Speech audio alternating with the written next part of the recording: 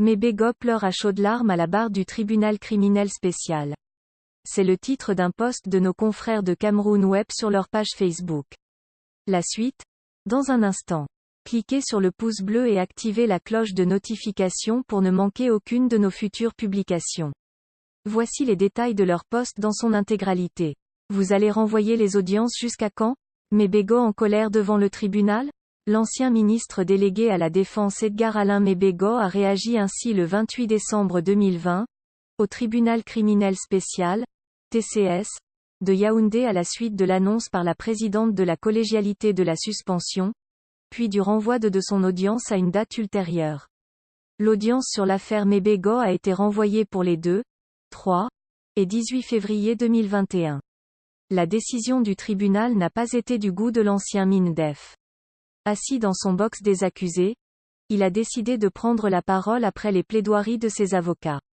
Au moment de le faire pour s'expliquer sur les faits qui lui sont reprochés, l'ex-préfet du Foundi a indiqué qu'il n'a rien à voir avec les faits à l'origine de son incarcération avant de fondre en larmes.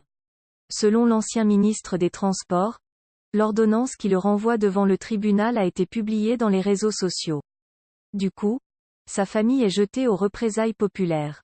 L'ordonnance qui me renvoie devant vous a été publiée dans les réseaux sociaux. Ma famille est jetée à la vindicte populaire. Vous allez renvoyer les audiences jusqu'à quand? S'est-il lamenté. De leur côté, le collectif des avocats à sa défense estime que le tribunal militaire est compétent pour juger son client. Maître Assira, quant à lui, plaide pour que la juridiction française puisse connaître de cette affaire, étant donné que cette dernière a été saisie bien avant le TCS. Le procès oppose le ministère public, l'État du Cameroun, à les sieurs Mebego Edgar Alain Abraham, Bangoué Maxime, Boutou El Guilin, Meignet Victor Emmanuel, Minla Koulou Bernadette épouse Mebego. Les mis en cause sont accusés d'infraction de corruption, détournement de biens publics, DBP, violation code des marchés, prise d'intérêt dans un acte, blanchiment aggravé des capitaux.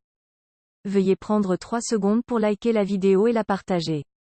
N'oubliez pas de vous abonner à la chaîne YouTube Camer TV Info. À bientôt pour de nouvelles publications.